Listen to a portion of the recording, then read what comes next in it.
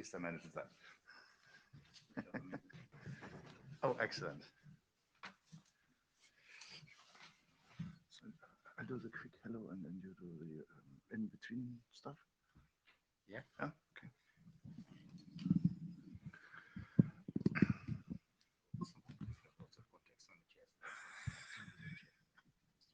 Okay.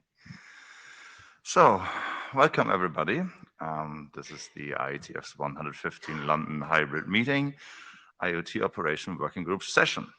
Welcome in the room, welcome all over the world in all the time zone. Good morning, good afternoon, good evening. And first of all, this session has been recorded. That's part of the rules. So if you're not familiar with the rules, there's something called the note bell. Most of you are probably very aware of that. I want to highlight that if you are being recorded here, say something that's IP related. So maybe read the code of conduct and copyright BCPs listed here. Also, we have a pretty easy rule that that we are only talking to people in a way like what we talked at. So be nice to each other. And going from there, there's a agenda tool, agenda page at the data tracker. If you are in the room, you also must virtually raise your hand. That is for the fairness for the remote attendees. So remote attendees and on-site attendees have the same way to queue for a mic. So the lower arrow points to the tool at the agenda side where you can click for the on-site tool. And that's basically a raise hand icon and a chat icon. So going from here, we have an agenda that is apparently already on the site. We will talk about that in a few minutes. If you find some issues, I think that's the most important thing here as a resource, record them. You find a new record a bug item at the data tracker basically everywhere since a few weeks. So if you find something that's not working out for you, please issue that. And now coming to the actual IoT Ops session, my co-chair Alexei and me, I'm Henk, will lead through this. We already have 2 volunteers for chat scribe, so we can skip that item. The minutes are at the Echo, so you're probably aware of those. And we have a relatively full agenda for today. Starting with the biggest item of, and that is, I think, interesting for everybody to follow, I assume, an ID that we could maybe adopt. Yes. Sorry, are we going to? There was some agenda bashing request. Oh, yeah. So Elliot asked to be first because he has to be in another meeting. So if there are no objections, we'll let Elliot. So device schema extension for SCIM will be first, and then we'll continue with the rest of the agenda. Thanks, Alexei. Elliot just said that 2 minutes ago, so my goldfish brain probably missed that. going with the discussion of draft. Brandon will show us. I'm not going to read to you the whole agenda. We have a full agenda.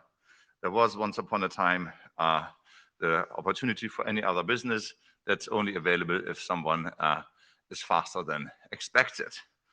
Going from here, I think we can start sharing Elliot's content. So let me quickly go to the reshare. Yeah. I assume I have to do this, right? Yes. X marks the spot. It's also little. Right. Can you hear me? Skim. Got it. There it is. All right. So I'm going to try and give you back a little bit of time. Right. So this is about SCIM for devices, system for cross-domain identity management for devices.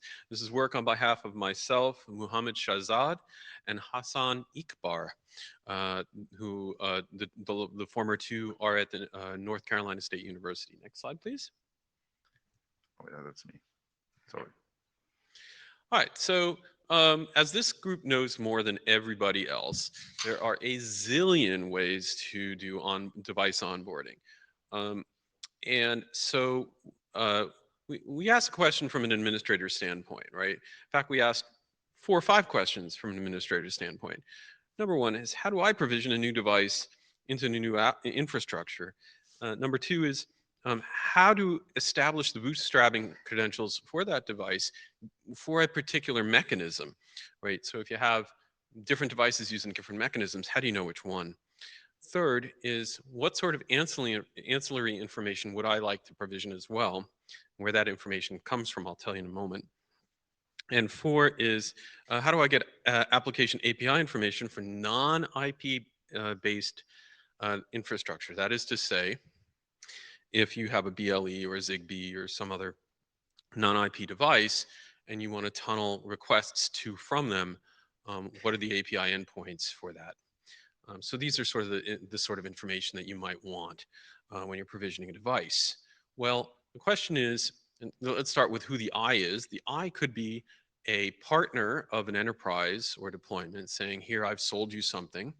The I could be an individual who's making use of this through an app and a standardized protocol to transmit the information. There could be several different values of I here. But one nice value of this is if we can all communicate the same way, no matter who the I is, that's what a protocol is good for. Next slide, please. So how can we do this? Turns out, if we want to bring all this stuff together, where we have no technology religion, and as this group knows, there's not going to be a king of the mountain for onboarding, nor a king of the mountain for transport technologies, nor king of the mountain for any other thing in IoT, right? The only thing I want to know is what is being provisioned and how do I communicate with it? So SCIM, a system for cross-domain identity management, does this for users today. It's an IETF protocol. It allows for a normalized set of schemas, no technology religion. That is to say, don't care what the mechanism is as long as it can be specified in a schema, right? We provide, in our draft, we provide a couple of initial examples. We did so for DPP, we did so for BLE, we've done so for ZigBee. I hope to do so soon for Matter. I hope to do so soon for RFC 8366 vouchers, maybe even Anima, with a little bit of help from Michael. In fact, we could probably get that done. I'm looking for others, in other words. The table stakes is I have to have sufficient information to know how the deployment should be communicating in order to onboard with the device. So this allows for, if you will, a unified interface, just to say what's getting plugged in and how to take the next step with that thing. Next step. Next slide, please. So why not use other stuff? There are a couple of other things out there we could have used. I'll go from the bottom to top here. There are only two choices that I selected. You might have others. SNMP? Simply no. Right, because we're done with SNMP. Yang, NetConf, and RESTConf seem more like a possibility. But what we're passing on is provisioning information about devices. We're not passing on configuration information for those devices, right? This is how you speak to those devices, how you establish trust for those devices, and maybe a little bit more about what the device is, who's provided it, a little bit of meta information, maybe even such stuff like software bills of materials could be passed as part of the provisioning step, or a pointer to software bills of materials. And similar for like, where do I find vulnerability information about this thing? There could be other meta information that we want to provide. And that's not what NetConf and Yang offer or RESTConf offers. There's no benefit in terms of existing schema that help for that purpose. So this is a useful way to simply provide very specific provisioning information the same way you would do for a user when a user is being provisioned onto a service like WebEx or Salesforce or who knows whatever that SCIM is used for today. So this was our view for this. Next slide, please. Right, we have some basic elements that are present in any SCIM schema, ID, meta, and schemas. These are all from the SCIM core schema, which provide for things like last updated and such. We have a few other things like admin state, connectivity, which is the type of connectivity the device has, an optional display name, and an optional MUD URL. And it's optional, meaning you really don't have to do it if you don't want to do it. Next slide, please. So there's some things to think about Phil Hunt is sort of Dr. Skim in the way that I'm Dr. Mud and Michael is Dr. Anima, for instance, and Karsten is Dr. Core, as another example. Phil gave us a couple of bits of feedback. One of the things we want to make sure we're doing is Skim created their own schema description language, and I sort of want to move away from that and push towards either a JSON schema or an open API approach, something that is programmatically validated. And then we want to make sure we get the normalization right. We know we made a couple of goofs in the schema initially. In fact, I'm sure we made many. The authors and I don't claim to be Skim experts. So we're going to rely on the Skim working group to help us on that in terms of getting this stuff right. Next slide, please. Right, so we're hoping to discuss this on the Skim working group. The adoption is not for the IoT ops group, rather for Skim. We need authors, co-authors, reviewers, implementers, and deployments. We want to try all this out. We're not in a tearing hurry to push this through the standardization process, though what we found in the Skim working group is that others are. So there's a lot of interest in doing something along these lines. Another use of Skim that people are thinking about is workload provisioning, which is not something I'm interested, but we could, there are common aspects to what we're doing. So we're gonna look at that in the same light and see what commonality there is. There's a GitHub tracker. Would love for people to open issues. And with that, I'll pause for any questions you might have.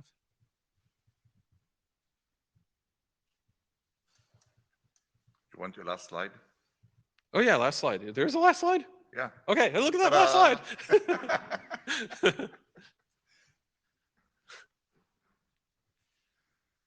Hi, Brendan. Hi, Brendan Moran at the mic. I guess the question I have, I don't know anything about Skim. How is it authenticated? Skim, that's a good question. So Skim is a RESTful protocol. So you have to authenticate each of the endpoints, right? The one endpoint you'll authenticate, the server you'll typically authenticate with, your typical web cert. For client-side authentication, I think you have your choice. You can do whatever HTTP allows you to do in that regard. You can use a user-based authentication for users who are doing authentication, or you can use a cert-based authentication or a token-based authentication if you want to do something, say, with a federation where partners are onboarding things for other partners. So essentially it's transport-based authentication, not authenticated documents. Right. If you think that the latter is important, we should talk about that in the Skim working group. I think we should talk about that. Okay. Hi, Michael. Michael Richardson. So following from Brendan's question, the entity that has the credential is, I guess, the manufacturer, and the place that it needs to be provisioned to is the new owner. Could be a manufacturer, could be a reseller, could be a lot of people, depending on the model involved. But at some point, it has to be the owner. The owner gets it. There could be a chain of custody. Yes. Yep. Okay. So typically I log into Amazon. They don't log into me. Right? As an individual, that is absolutely true. Well, I've actually bought equipment from Cisco directly, and I typically have logged into Cisco, and Cisco has not logged into me. We have no relationship that way. So to me, that's an entirely brand new supply chain relationship where the relationship goes the other way around. So I think that's the huge challenge for this. Okay, I think it's far different a case for Skim where me as functionary in HR logs into Salesforce and provisions an account for Elliot, right?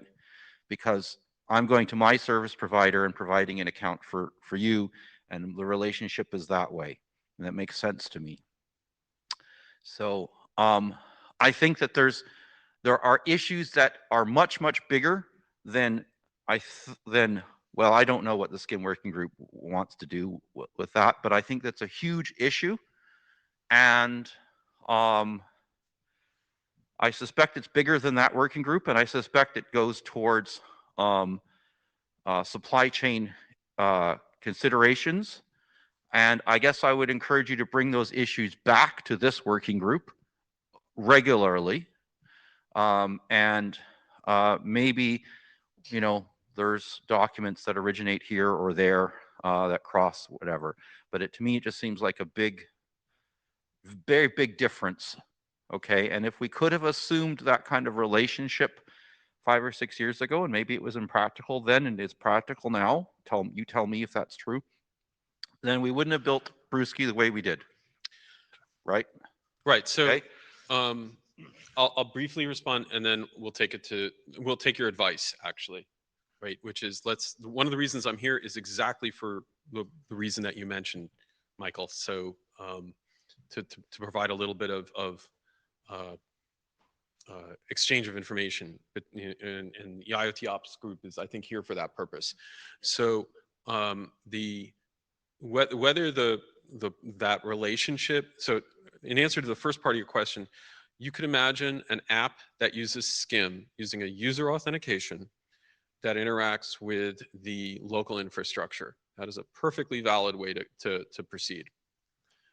A second way is, as you say, there's the reverse communication that maybe people normally do, but it's a federated communication.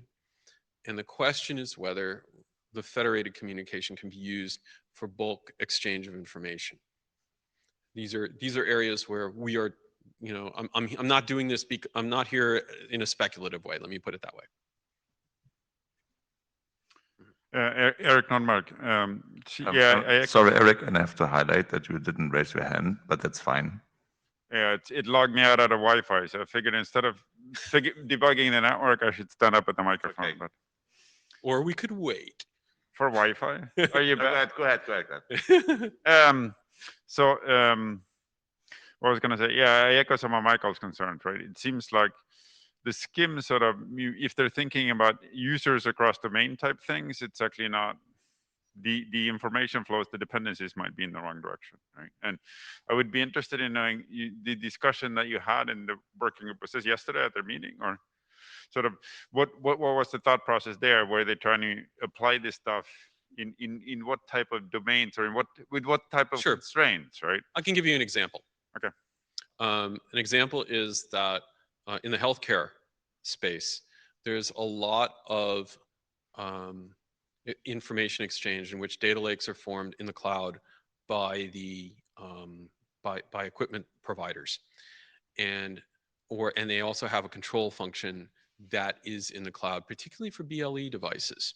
So wearables that do like pulse ox and other things, where they want to keep they want to do control of the device from a cloud-based perspective. So having an API into that, knowing what the API endpoints are, and knowing on the other hand which devices in the enterprises are meant to be accessed by that API, is an example that the medical industry is very interested in.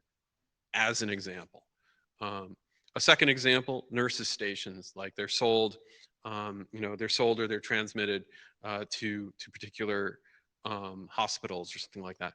And those they want the practitioners just to simply be able to plug them in. They don't want to have to worry about scanners or things like that, where you have to use the app. As say is the model for Wi-Fi alliances Easy Connect. They want to be able to just communicate that at time of sale and time of transfer even, right? And these are particularly for critical infrastructure where you're going to have a support relationship with a vendor. It's something that you can add some infrastructure to support to make it easy on the IoT operator in this regard. So I'm having a hard time sort of mapping. I have to play time cop here because literally is. I think what we need to do, sort of figure out who are the principals and sort of what are the relationships from a security perspective in this to see. That sounds how different is it that what we've been talking about for IoT, right? So, industry. Okay.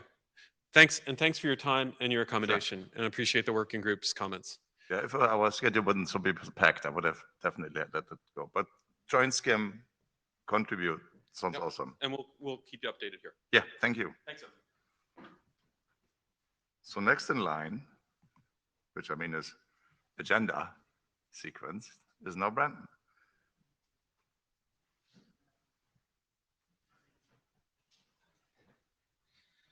Hello.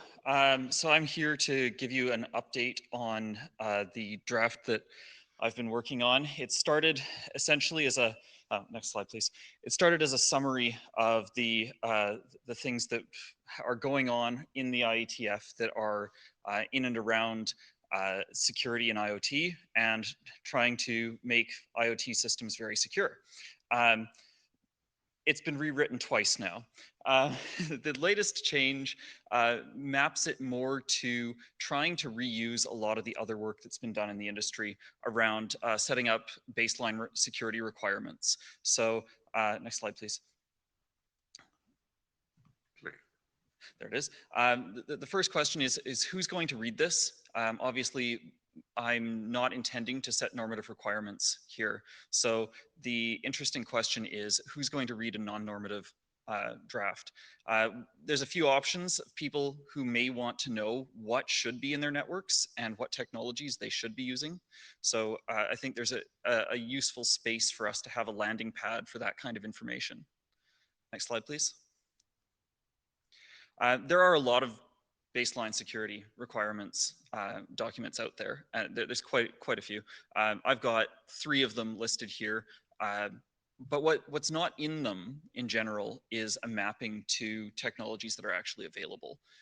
In fact, the ENISA one is quite interesting. When it was written, the security to implement, or the security technology to implement some of its requirements didn't exist yet, and it was baseline. So that's, you know, we're working on it, and there aren't necessarily mappings for everything. So I think having a draft that actually describes those mappings would be quite useful for implementers. Next slide, please. So where we are today, I think that all 3 of those drafts need to be mapped, because people come to the IETF for IETF protocols and technologies from different places, and they may have different security requirements that they need to map from. So I think that we should try and do our best to map from a variety of them, maybe not all, but at least several. I think that NIST and ENISA together is a good baseline. I've only done ENISA today. Next slide, please. There are, so to go through how it's divided today, there are 3 different categories of the of requirements that are mapped. The first one's procedural. Those requirements we can't really do much about. We're not that kind of standards organization. The next is architectural. Now, some of the architectures are covered by IETF architecture drafts, but not all of them. And some of them relate to how you build hardware, some of the architectural requirements. So that obviously is not our domain. And again, those are flagged, but not mapped. Next slide. Oh, and then of course there are the really important ones, the technological requirements, which is what we care about. Next slide, please. Getting ahead of myself. Right, so there's a bunch of categories that are described, and I've broken them down. It's not that interesting to talk through them at this stage. I think the more interesting thing, if you want to understand what's going on there, is to go and look at the draft. But broadly speaking, each of these has a mapping into something that we do. We've got COSI, we've got TLS and OSCORE and DTLS and QUIC. I don't think QUIC's in there. There's, you know, software isolation is another interesting one. That's where TEEP comes in.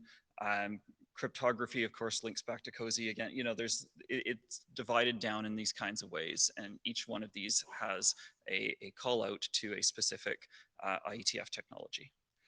Next slide, please.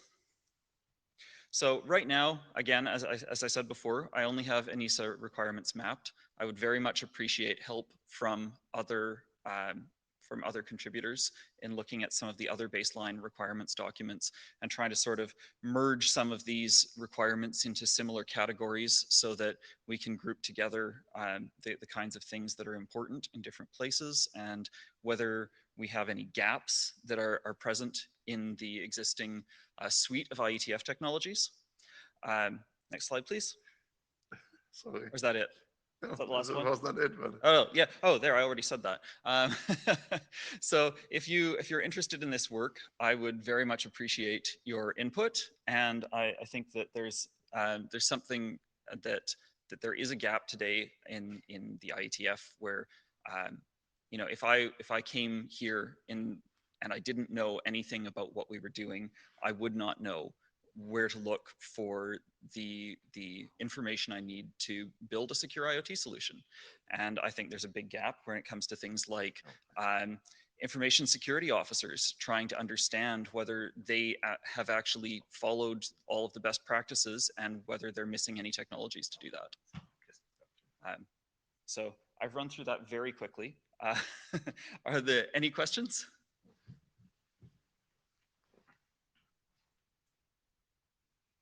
Ooh, yes, we have a question. yeah. Jasper, you're in the queue. Hi there, I'm Jasper Panzer.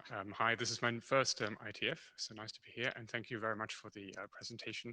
So I actually am or was the rapporteur of what you had on the screen as the ETSI baseline security requirements for consumer IoT. This is also this is called the European standard EN303645. So you say there is a gap here in terms of helping wider communities understand what is required and how to implement those requirements. Could you please move a little bit better to the mic? Also, Sure. I have to remind you that everybody but the presenter is supposed to wear a mask. I know it's difficult, but eat the mic with a mask. I think that's our compromise here. My apologies. Yeah. So you mentioned there's a gap to help the wider communities understand what the requirements are and how to implement those requirements in real life. On the consumer IoT side, I think we've got this fairly well covered by ETSI. So the EN303645 sets out the requirements both on the technical side, but also on the organizational side. And then there are two companion documents, which I have not seen referenced in the document that was shared for this presentation. One of those companion documents is TS 103701, which is an assessment specification that helps assess a device against the requirements as set out in the EN standard. And the second guide, the second document that's only been published this year in September, is an implementation guide. And that's 40 pages long with implementation examples for each of the security requirements as set out in the main EN 303645 standard. So there is already a set of documents within ETSI that does a lot of what you expect to do, focused on the consumer connected device domain. Thank you. Thanks for those comments. I'll have to look into that.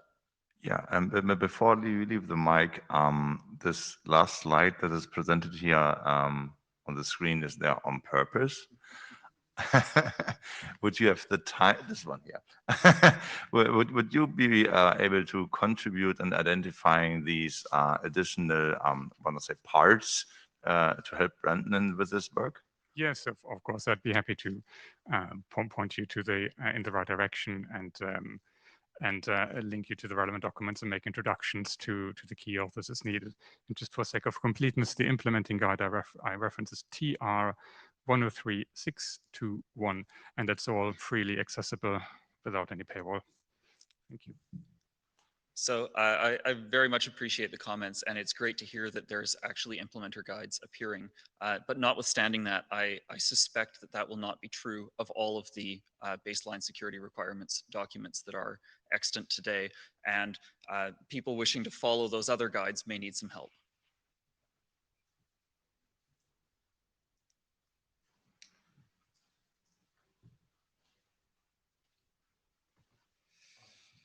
So if there are no more questions about this, there's a chair's question we would like to raise, because this document evolved, like you said, that twice significantly.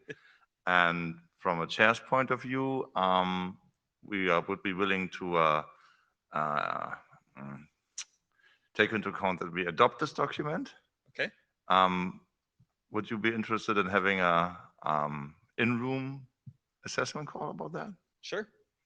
So, because I tried to phrase something, I'm not entirely sure if that is reflecting what you would write. So I will read it out before doing the call. That typically avoids a lot of problems. So please raise your hand if you think this work is the basis for a core IoT ops document to map various stakeholder requirements in one digestible place. Does that sound fine with you? Sounds fine to me. Or are there comments on this call? If there are not comments, then I will. Yeah, I just did that already. So I'm just reading out what I'd already typed in. Yeah. No, not physically, because I can't count more than 3 people. One too many. Yeah, 1, 2 more many, actually.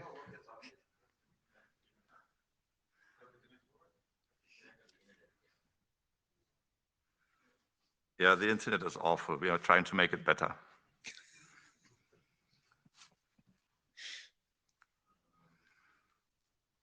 So this is an in-room assessment. We will, of course, repeat that ask on the IoT ops list.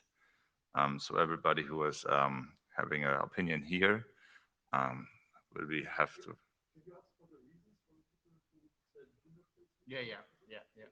We can ask the 3 people here, yeah, if they're willing to comment.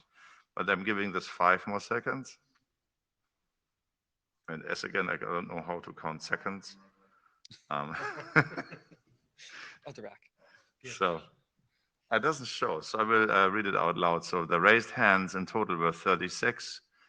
We have 33 in favor and 3 nays. Anybody who has a nay opinion wants to highlight why that doesn't seem to be a good idea? And there's no pressure in this. If you want to be silent, that's fine.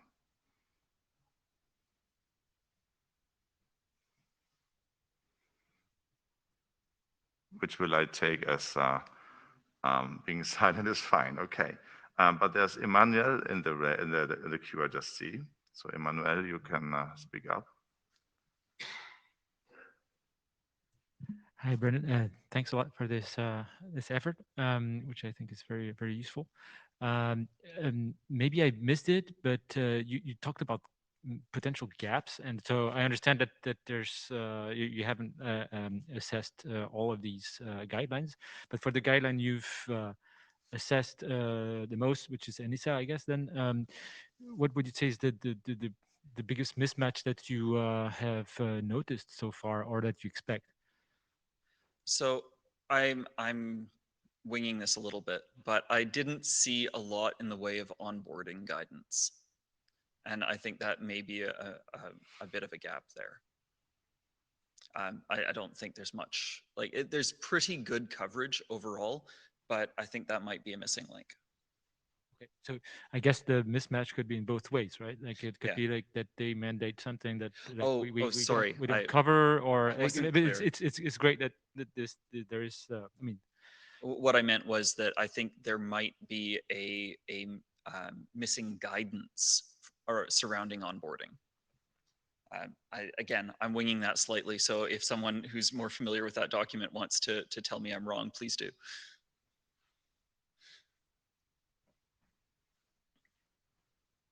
Which sounds to me like a semi-reliable commitment to contribution. Yeah. Any further questions?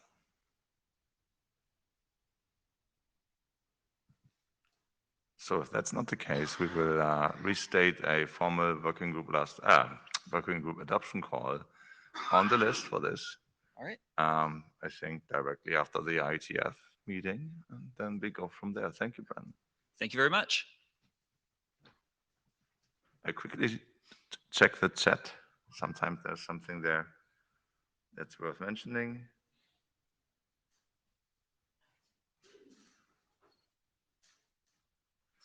I see one comment here that's on the nay side, which that's why not hand was raised, and that's that the scope is not entirely clear.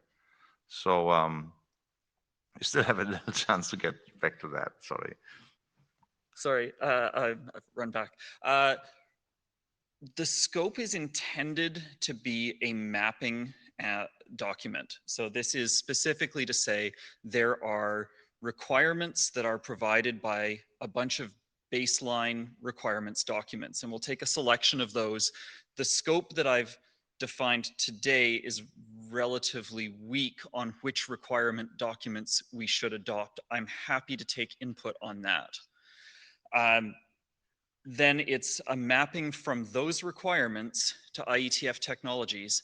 And if we see any gaps, we should either provide baseline requirements that are missing from the existing documents, or we should highlight to working groups technologies that are missing from the IETF if we discover any. That's the scope.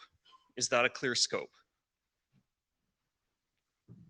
Well, Leslie, question was raised on the chat. I'm not sure how in sync we are with the reply here, but I think we can move the discussion to the list. Okay. In the case, yeah. Thank you. Yeah. I just didn't want to keep people that are contributing to the chat out of the loop. I think it's important for the fairness here. Yeah, further questions on the list. And still a broad scope, by the way, it said. Okay, but moving on. So next presentation is power of attorney.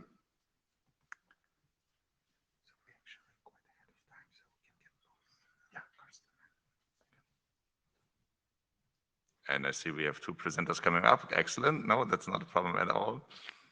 You're welcome. Hello, everyone. We're pleased to be here. So I'm Olof Kjellén, and this is Sri Lakshmi. She's going to run most of the presentation, but I'm going to give you a background first on power of attorney. That is a general tool, and then we will run into how to use it for onboarding. Yeah. And we're interested to see if this fits the group. Sure. And whenever you speak, whoever is speaking up, basically always be close to the mic so that remote attendees can hear you. And yeah. Okay, next slide, please. So power of attorney overview.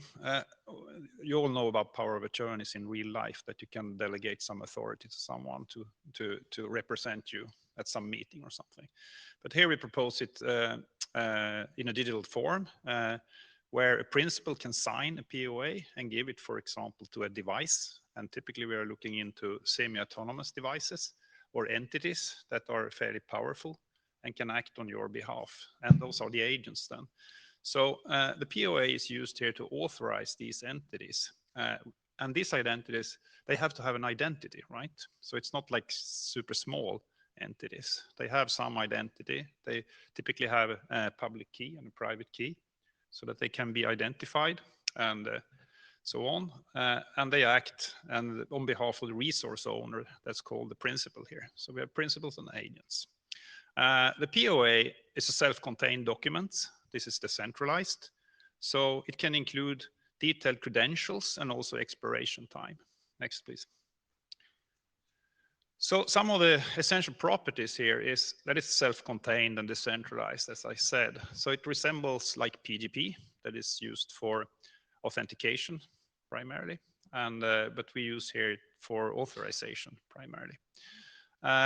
You can add some centralization into this by having an optional signatory registry that can store POAs and sign them and authorize them in another step. There is also separation in time between signing. You can sign a POA today, so it can be used tomorrow or next day. And the principal may not even be online when the POA executed by the agent. So we have this disconnect here. And we also enable multi-level sub-granting, as Sri will explain here. So I can, for example, give you a master POA that tells you that you are allowed to give smaller POAs to your devices in order to have them enter to my domain, for example. And then, of course, POA can contain additional integrity information, such as device hashes, software hashes, and so on, to ensure that the device is really the same as it was when I gave it the POA. So this is the background. And now, Sri, please. Next slide. Next slide, please. Yep, thank you, Lo. So onboarding, it must be administratively scalable. That's one of our goal. So the site owner must have a secure method to delegate the onboarding credentials to the subcontractors. And the subcontractor here, or the integrator, is the one who owns the device. And if we delegate the power through our approach, then the device can onboard on behalf of the subcontractor. So onboarding should not require all the parties in the trust chain to be online in our case. And it also doesn't necessarily involve transfer of the ownership, because the owner here is the subcontractor and he can onboard himself by using the power of attorney. Next slide, please. Yeah. So this is the basic idea of what is a power of attorney based authorization. So you can see in the figure, like there are three entities: principal, agent, and the resource server. So the principal is the subcontractor in the use case. So the principal is the one who generate the power of attorney, POA, and then send it to the agent, which is the IoT device or cyber physical system, which is semi-autonomous or autonomous. So when the principal send this POA to the device, then the device can now work on behalf of the principal, and it's also time limited. So after a certain time, it will get expired. So here, the resource server can be seen as, in the case of onboarding use case, we can say it's the target network onboarding controller. So upon receiving the POA from the agent, the resource server now can grant the required documents or whatever data that's required, that's requested in the POA to the agent. So using that data, the agent can work on behalf of the principal. And we also have the signatory registry to store the POAs and some other metadata if it's needed. It's an optional entity. Next slide, please. Yep, this is our approach for onboarding. So we are trying to establish a trust chain between the subcontractor and the device and the target network onboarding controller or target network. So this can be done through transferring the POIs between these three entities. So we have two POIs in the case of onboarding use case.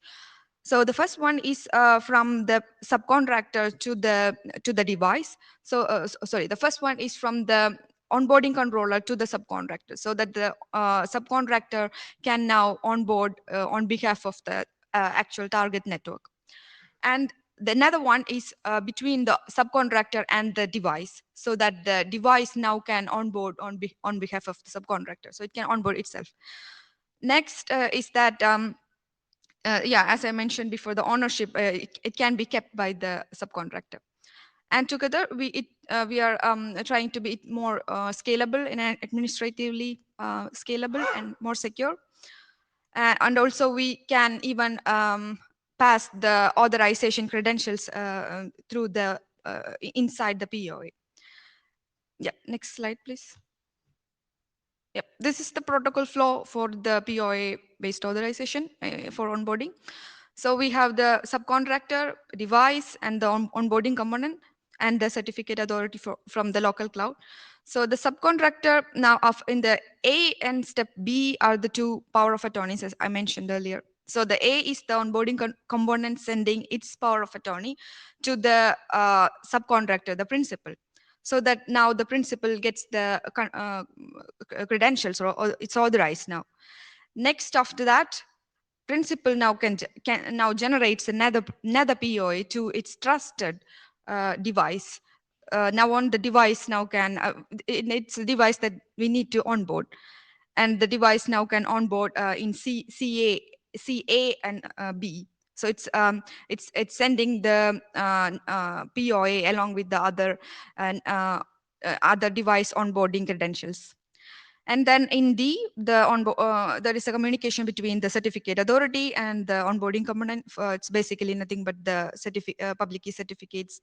And then in F, the onboarding component upon successful verification and validation, it send back the network onboarding credentials to the device, so that device can onboard. Yep, next slide, please. Yep, this we implement it as a JSON web token.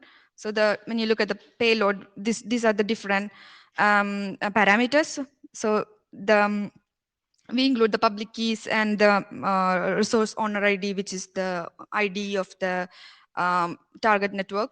And we also have, as I mentioned, like the expiration time. And we also have the transferable parameter, which is quite important. Like this is the one, as Ulo mentioned, we can do multi-level authorization, or the agent or the device can actually transfer the POI to another agent if the X in the transferable, if that integer is 1, 2, depends on how many levels you want. Next slide, please. Yep. So POI can be used as in general application, not only for onboarding. It can also be used for other general applications, and we have built an open source library, so anyone can download it and use. And also another future work is to build a Docker image for that. And another interesting work is to integrate it with OAuth. We have a publication on that. Next slide, please. Yeah, that was the last one. So yeah, we have the draft, and more review comments are appreciated. Thank you.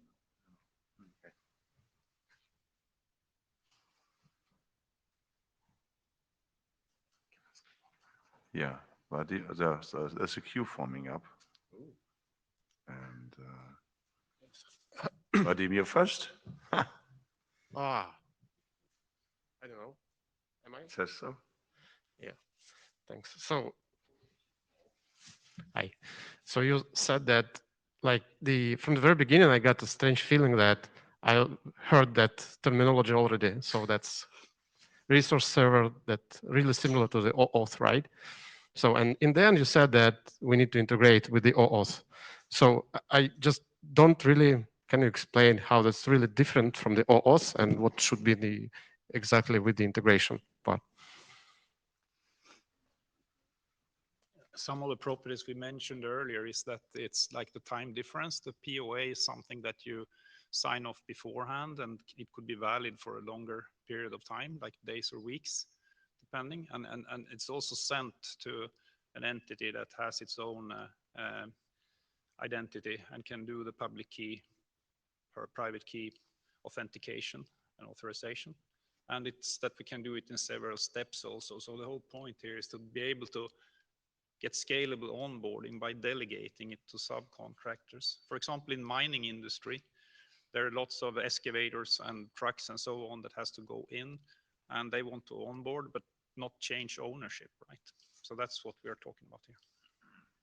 Thanks. Yeah, Brandon, the next. Hi, I was wondering, I actually have two questions and a comment. So first the comment, the key, or the signatory registry looks to me like it's got substantial overlap with work in SCIT. So you might want to check out the SCIT working group. The second, the question, the first one is, can you highlight for me what the overall differences are between this and key delegation with key utilization? Key delegation. Well, I mean, key utilization fields, LX 509, but key delegation. You see? Yeah. You mean OAuth kind of? No, not like OAuth, but like your normal PKI infrastructure. This looks to me like a PKI exercise. We know, it looks like certificate delegation, but with different key utilization fields. Yeah, exactly.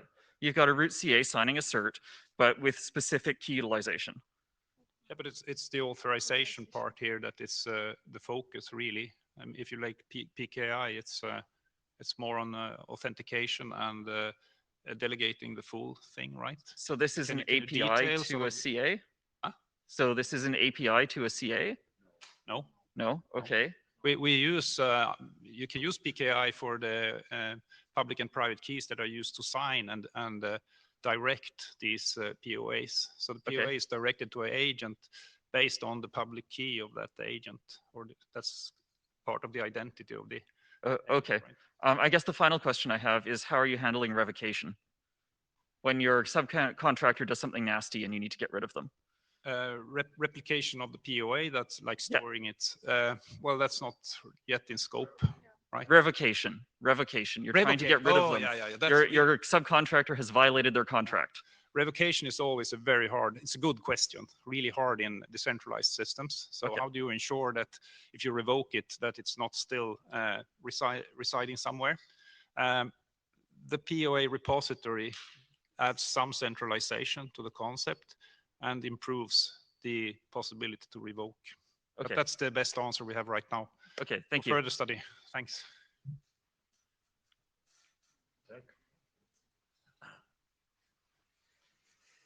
Eric Nordmark. So one of the things I'm trying to map out in my head, and I can't quite do it on the fly, is sort of the flows here compared to something like the FIDO device onboarding, right? Because it has some similar things, but I think it would be very useful to sit down and sort of see, okay, how do these things actually relate? Because it's not delegation in this sense, but it is sort of this handoff of, here I have something that was manufactured that was resold that ends up being installed. So I don't know if you guys have already looked at that stuff, but if not, we could sit down and try to tease this apart. Yeah, we have looked into FIDO, and it seems that the main focus there is through the supply chain and change ownership, and all the way to onboarding at the final site. And as we said, we're not necessarily demanding change of ownership. They're also based on a rendezvous server to handle this. So the ownership is the key difference in terms of the use case. Okay, thank you.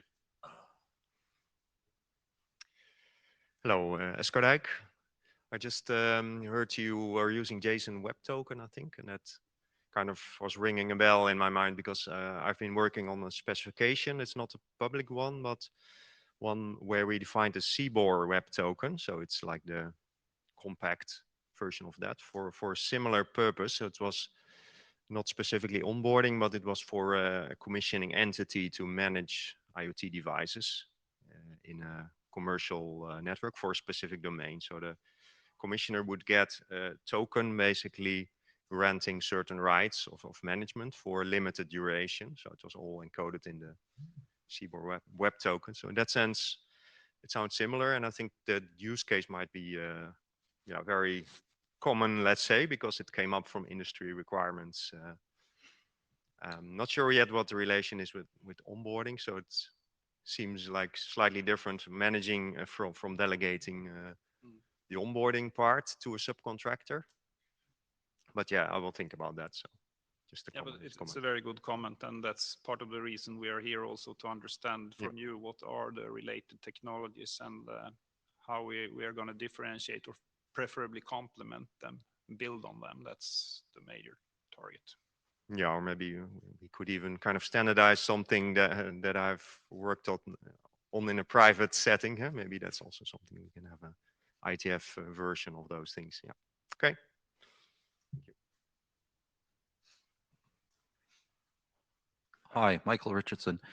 So I noticed, I took a quick look at your draft, and I noticed you cite the Intel stuff, but not the FIDO stuff, which is essentially an evolution of them. Intel has some interesting and potentially bogus IPR in their stuff. The FIDO rendezvous server is probably non-operational, but what you're describing to me sounds very similar to what they're doing, specifically the fact that you have a forward statement that goes through the supply chain as opposed to a request. I guess I'll say please come and look in the Anima working group. ESCO here, for instance, is working on, as you said, the constrained voucher format, which is COSI signed CBOR. We also have Jose signed JSON, as well as the original CMS signed JSON. In addition to that, we have a mechanism by which devices can be onboarded offline. Offboarded? I don't know.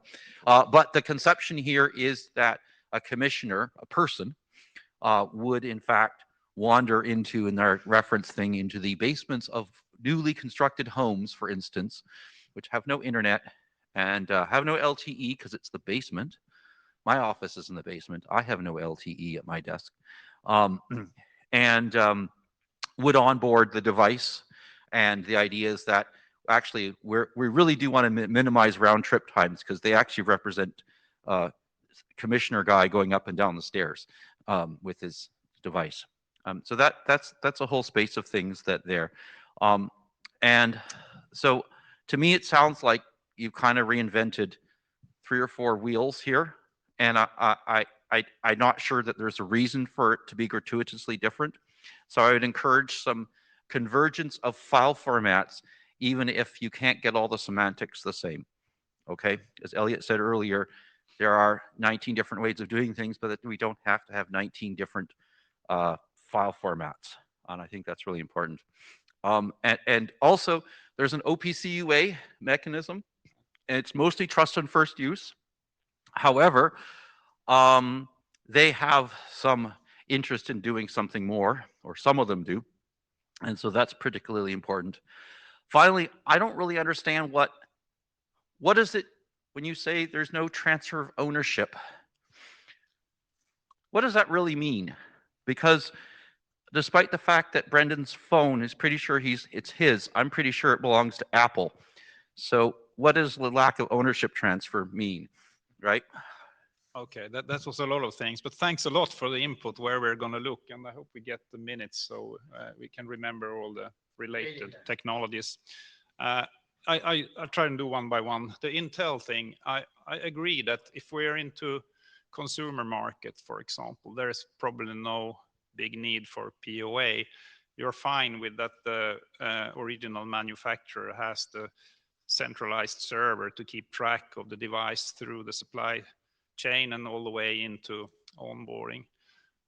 We have gotten our requirements from industry. We have talked to like mining industry, for example, and that's where they have the case. They don't really want to trust the original manufacturer. They have trust chains between subcontractors and main site, and they want to see this way of how can we onboard things in a scalable way. So that's where we are. It's more industrial applicability here, I would say. And then the transfer of ownership here, as I said, it remains with the subcontractors, and they're allowed to like bring in their big equipment for some period of time. The POA will expire also, so they're onboarded, but still. So I think that what you're telling me is that when I come to visit your home, you would like to allow my phone on your network, but you don't want to own my phone. Right. And that's the same model. So really, in some sense, this is not about onboarding. This is about access control to that thing and about relationships of network. And I wish we could, so it sounds to me like actually we have a new thing and that we need a new term, not onboarding. And that's actually, I think, where your document and your conceptual of power of attorney as of that way as a mechanism is, I think, actually really powerful conceptually, right? So, maybe POA is the right term, or maybe it's some other word, powering of attorney or something like that. But so that sounds like a really cool thing that you have some delegation, but not a full transfer. That's really, I think, a new powerful part, and to me that does fit much more into the OAuth notion, because it's not the original manufacturer that's delegating authority, it's the owner across the horizontal. I'll let Thank you for the comment, and we are looking here to where we or if we should go with this to the IETF, also which group should we go to with this. So it's an exploration here. Yeah. So Eric again. So I think philosophically, right? I mean, you could sort of claim that, well, ownership is I'm granting you all of the access rights for this object forever, and you can do whatever you want with it, right? And if you say that, well, then what's the difference between granting you're allowed to onboard this device onto this network for the next 24 hours? Well, it's just different access rights that you're giving someone, right, with different time limits. So philosophically, I don't know if they're that different, but so that's why, so mapping to, Existing working groups might be a bit hard, but I don't know. Thank you. Yeah, and thank you. So what I can hear, you're always welcome to report back, but I had 2 target zones here from the audience. One of them was a content relationship to something in the newly formed SCID working group, and even also echoed in the chat by participants is maybe present at OAuth and talk about that there. Which parts would go there for the protocol wise, and what of the concepts for premature, so basically in advance providing these powers to other people, so to speak, would be interesting for SCID, I assume. So at least 2 places, and we are always welcome back here to report on your yeah, findings. that was my question. If you think we should make an update of this and get back next time, or yes, thank you. Thank you. And thank you. Thank you very much. Coming up next is attested to this. Yes. Attested to this? Yes, I'm not so bad at this.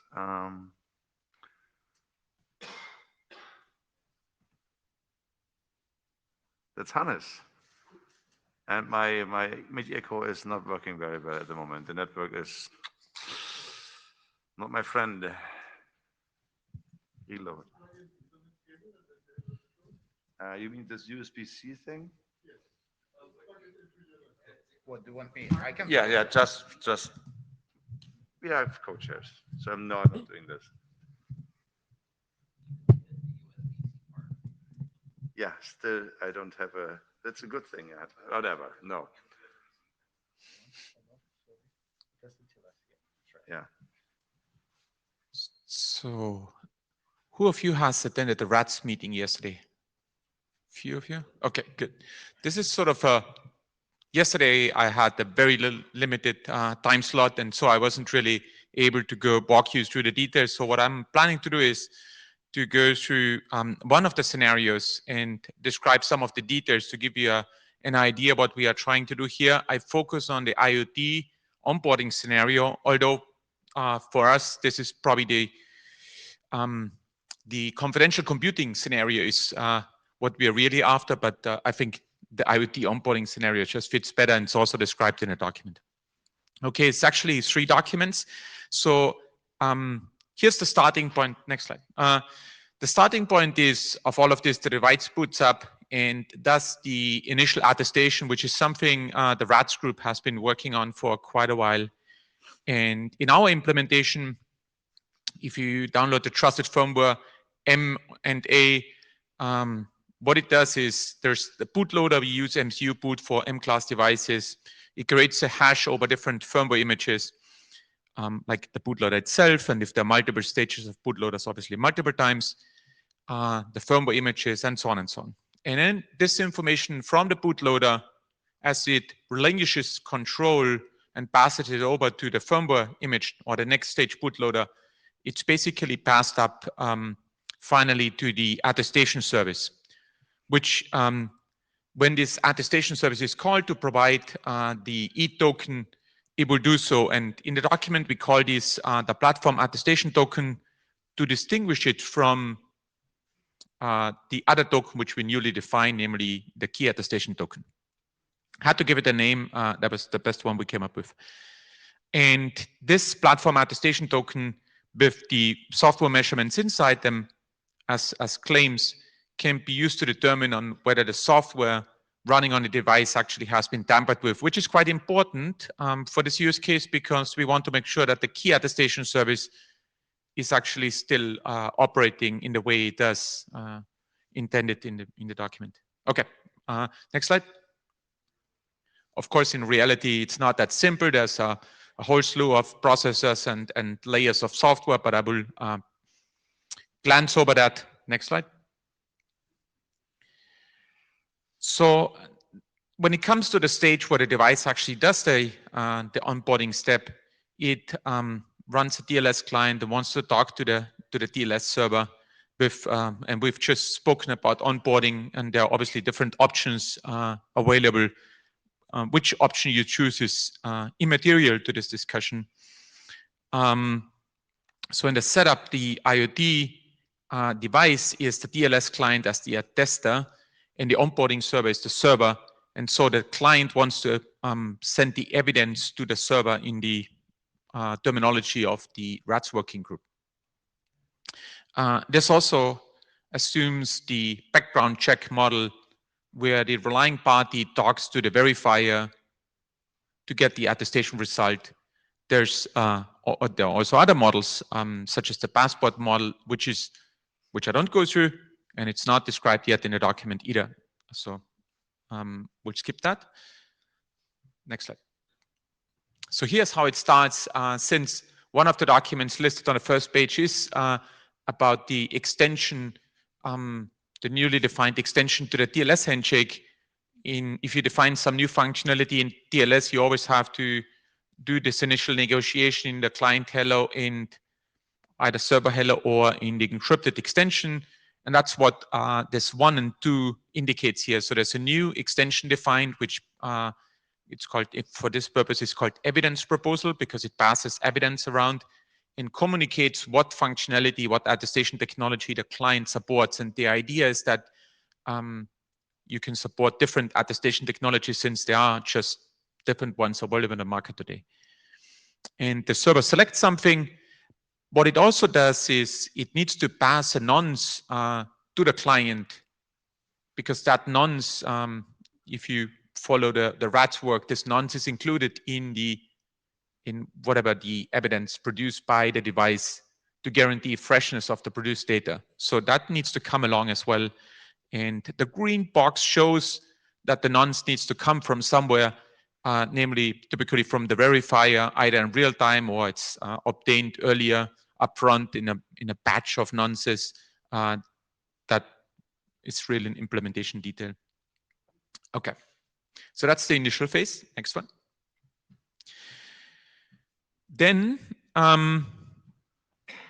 the TLS client needs to obtain the evidence from the attestation service, and that happens in, and the next slide explains the more complex structure, but it requests this sort of bundle of tokens, one being the platform attestation token, and the other one, the key attestation token. And the key attestation token requires that you have bind a new public-private key pair to that token. That's what already the name kind of indicates that this is going to happen. So at some point in time, the TLS client needs to create what we referred here as an identity key. It's just a key pair. And the private key obviously needs to stay on the device. And that's what the platform attestation token ensures, that there's no sort of compromise in that attestation service to expose that private key, so it stays there. The platform attestation functionality is unmodified because that's a small service running on the device. And so the request in the green box essentially says, give me this bundle, and I give you the nonce that we just obtained on the previous slide, and pass in this identity key, the public key part of it, as input. Okay, next slide. So this is then the bundle, and it consists of these two other tokens, which are linked together. They are linked via the nonce. There are obviously different ways to link them. You could also design it slightly differently. That's what we came up with, because we wanted to use our existing attestation service and basically keep it unmodified. And the linkage happens via the use of the nonce, which in this case, the nonce in the BAT is the hash of the identity key used in the CAT. Sounds a little bit complicated. That's why I created the picture and show this with the errors here. And the nonce in the CAT, the key attestation token, is the nonce that was provided by the TLS server and actually by the verifier. Okay, next slide. So somehow the client also has to send then this result to the server, and it uses the certificate message, very much in style of what the raw public key RFC in TLS did. That RFC allows you to or convey different payloads in a certificate message, not just an X509 certificate. So that there's a registry defining a couple of different things. So that gets sent over there. And next slide. And of course, the client also needs to demonstrate possession of the private key created to this or related to this identity key. And this is done using the certificate verify message. And so that signature is uses this identity key, the private key part of it. And this is sort of regular TLS operation in some sense. Okay, next slide. And finally, of course, the server needs to contact the verifier to get the attestation result back, because it, as a relying party, cannot really evaluate what is in there. That's the whole sort of point of having the verifier in the first place. This is sort of like straight out of the RATS architecture. So these steps happen, and then the whole dance is, if positive, if the attestation result is positive and the public key, IK public key is returned, obviously that was everything then was successful. Otherwise, the exchange will be aborted. Okay, next slide. I think that's actually the last. Yeah, so what's the status of this? So I mentioned there's the confidential computing use case, which is kind of mirrors what I just explained, in the sense that the server is attested to the client rather than the other way around, which is useful for cases where you want to upload a compute workload to some confidential computing platform, and obviously want to be assured that the platform you're uploading your code to sort of has certain properties. We've been doing some prototyping effort, and the links are on the next slide, and they are supported and sponsored by the Confidential Computing Consortium. There's the Confidential Computing Consortium sponsors several different projects, and this is one of the more recent ones. Yeah, and the passport model is not described in the document yet. Okay, next slide, and I think that's the last one. So here's obviously the documents, but maybe more interesting is the code if you want to try this out. It's obviously very early stages, and the links will, hopefully in the near future, will be sort of made available on the confidential computing website, sort of for easier consumption and integration into some of the other projects there. And if you would like to try it out and need help or need some guidance, let us know. Would be happy to walk you through and specifically talk about some of the confidential computing use cases with you. That's all I had. Thanks. We have already two in the line. I have to make a logistical comment that it's just a small reminder that everybody in the room is required to wear a mask at all times, unless drinking or taking a small pause. I've witnessed it is not always the case here in this room, and well, for this small reminder. And go ahead. Eric, not Mark. So let me try to echo back what I think you said. So we're doing TLS with client certificates. It's just that the certificates are a bit special, right? They have a bit more things in them. And then, but if that's the case, well, one thing I didn't quite understand is this identity key or associated certificate.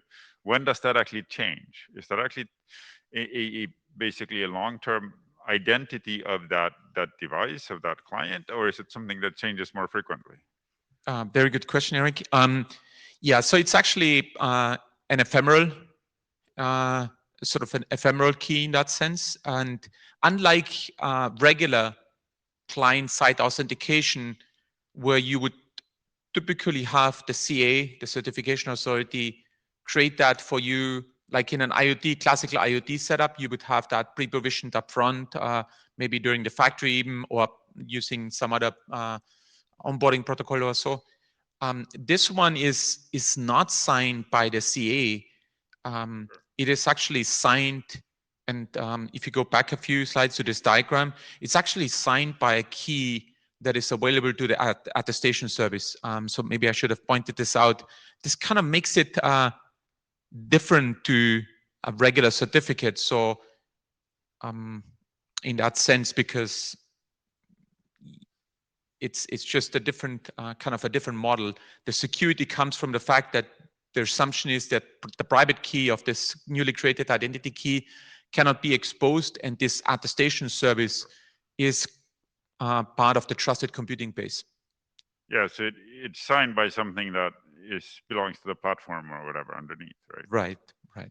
So in terms of use case, you described this as onboarding, but wouldn't you do this each time the device boots as well? And then would you actually get a different identity key at that point in time because something might have changed, right? So you like for the onboarding, I don't think you would do onboarding every time you boot. So you would only run this protocol once and then.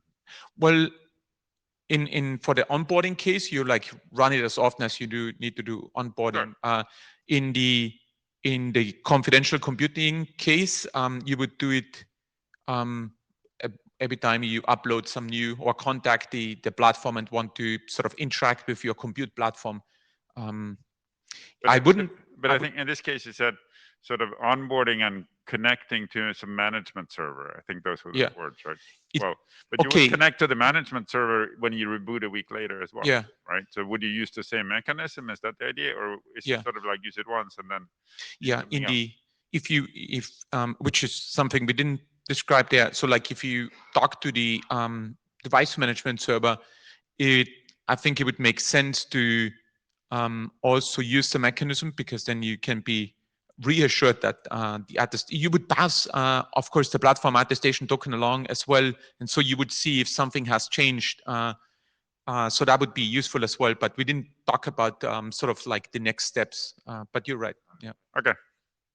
And the reason why we ditched this into the TLS exchange is simply because if you want to establish, you may want to establish a secure channel anyway.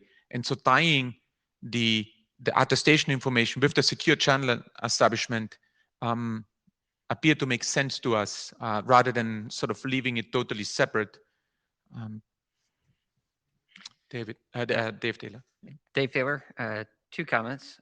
So first, you mentioned that it covers the background check and not yet the passport model. I think the background check is the one that's obviously relevant here. If you never do the passport model in your document or whatever, that might be okay. Background check is for onboarding. The point is you're trying to get the device to test. And if the device is not on something, then it may have no connectivity to a verifier anyway. And so the only time that the passport might be relevant is if you didn't care about freshness. And so I'm going to say that maybe we don't care about that case. So if you don't get to that, I'm saying that's probably okay. However, my other comment is back on slide 4, you explained that the onboarding flow that you're looking at is where, and it's on this slide too, is where the device is the TLS client. Some onboarding ceremonies work that way. Some onboarding ceremonies is the other direction, where say your onboarding server is a phone app and the device has a separate SSID that advertises. And so the phone app connects to the thing, onboards the thing. And so my question is, have you looked at, or maybe you should look at, the attested TLS when it's the server that's trying to attest to the client, where the TLS client and server are in the other direction.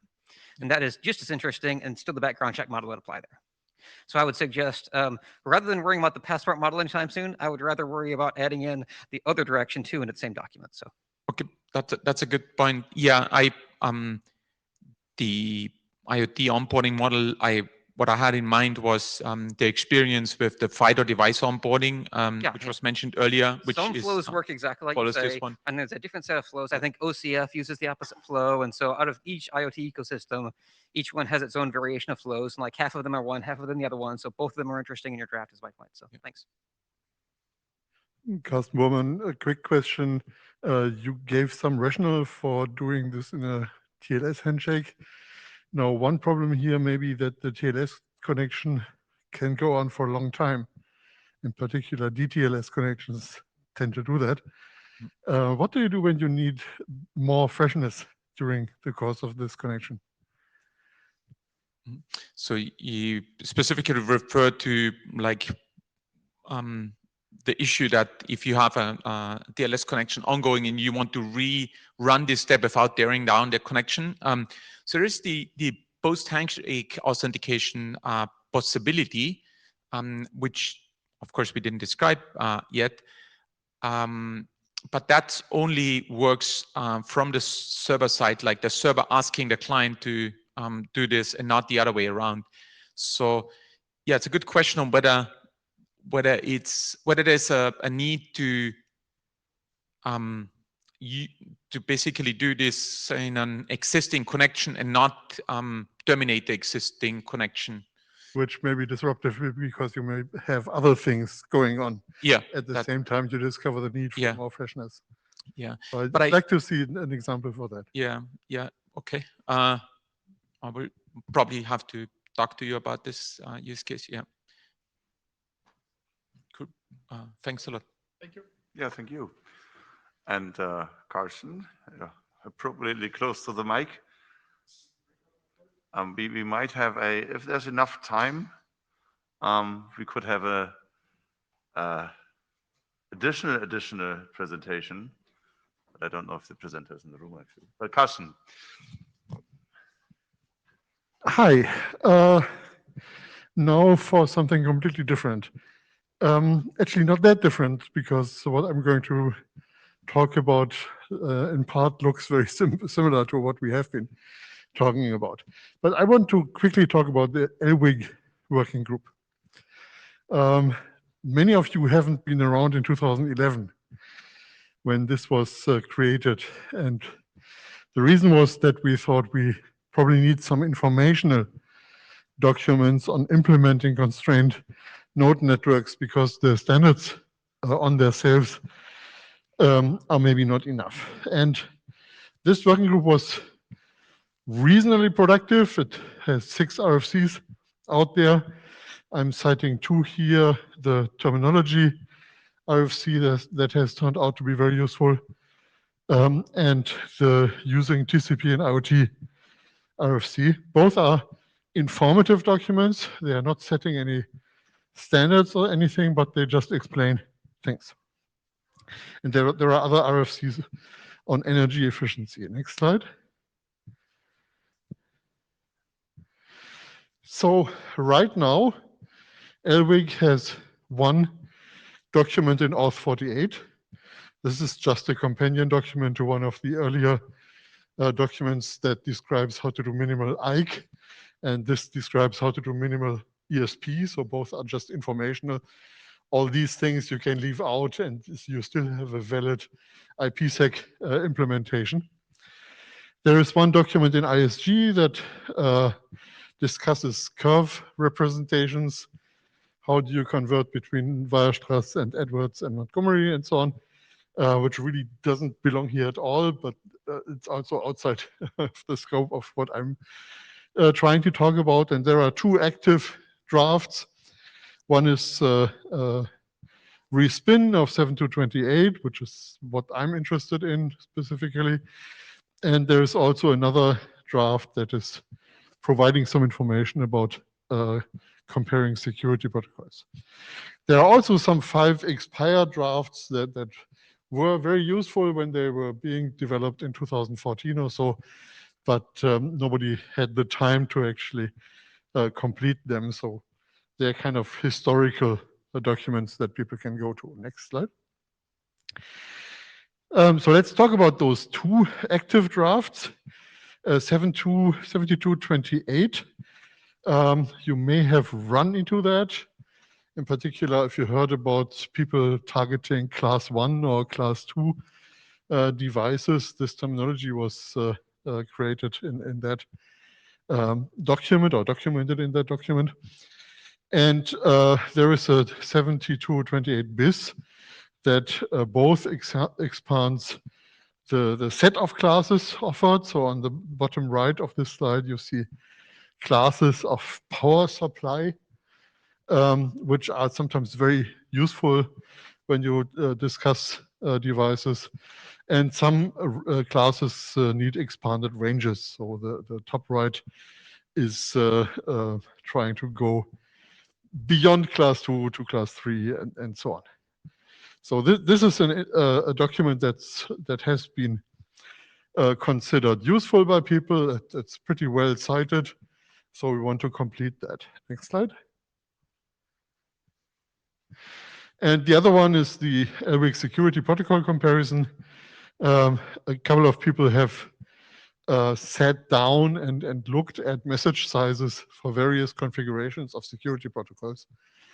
And that may be not the most important information that you need in designing your security systems, but in the end, of course, you have to make sure that you actually can send these messages. So it's useful to have this information available, and there's also energy now to renew this. Next slide, please.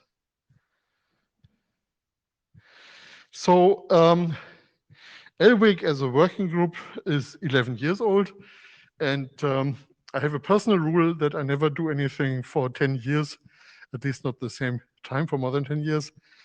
Yeah, this working group is just running out of steam. Its original purpose is fulfilled. People know how to build IoT systems with IETF protocols these days.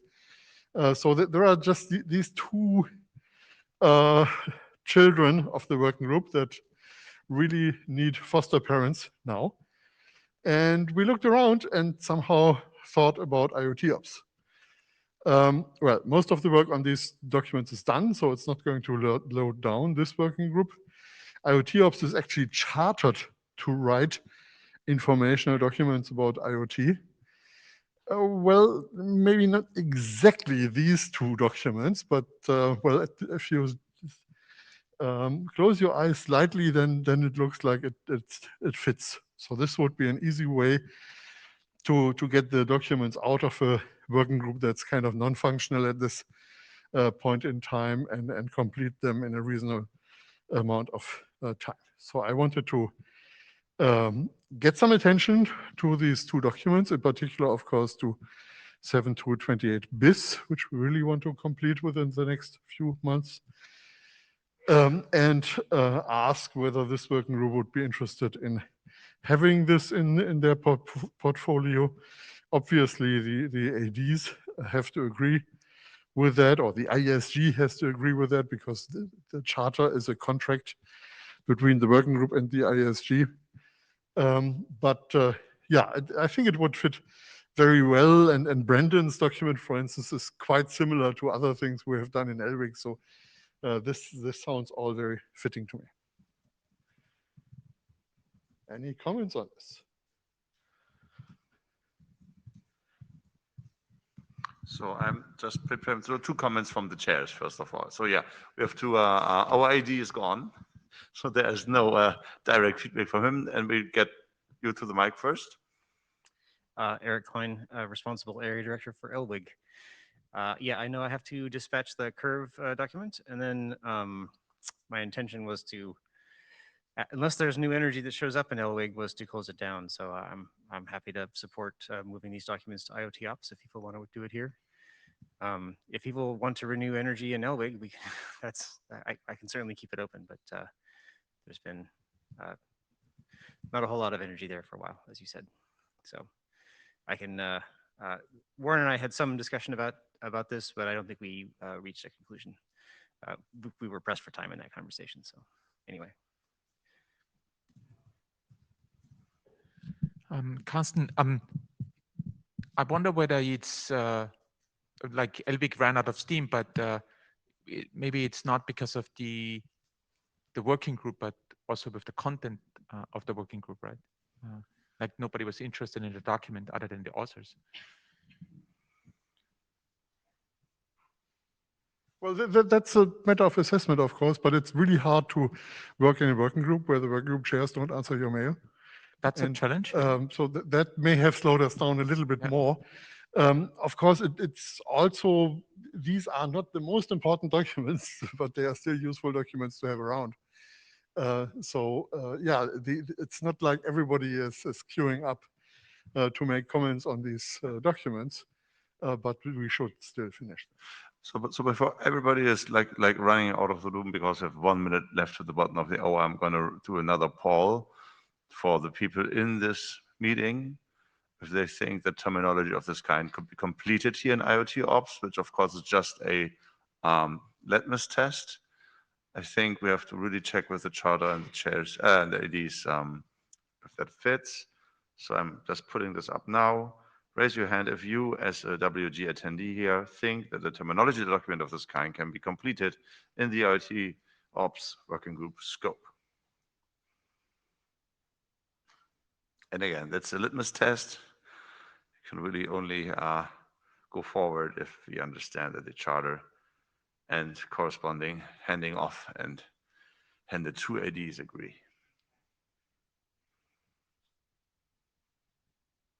Let me give it this 5 more seconds. Otherwise, we are over time. And I think I can't count, so I'm ending this. So we have, in the end, 32 votes, and 30 of those were in favor and 2 were nay. So that looks like a in-room preference, and therefore we will bring this to the corresponding ADs and will give feedback to the list, and that's a chair duty. Yeah, if the people who don't think so could contact me off list, I don't think we have the time to do this here, but I would like to know where you see the problems and whether we maybe can fix that. Yes, so thank you, everybody. That's basically minute minus 1 here for an IoT Ops. I hope to see you again soon. Have a fine day, and let's continue most discussions on the list. Sorry. Yeah, sorry. Racing condition. Yeah. And we have to capture them, not unmasked guy now.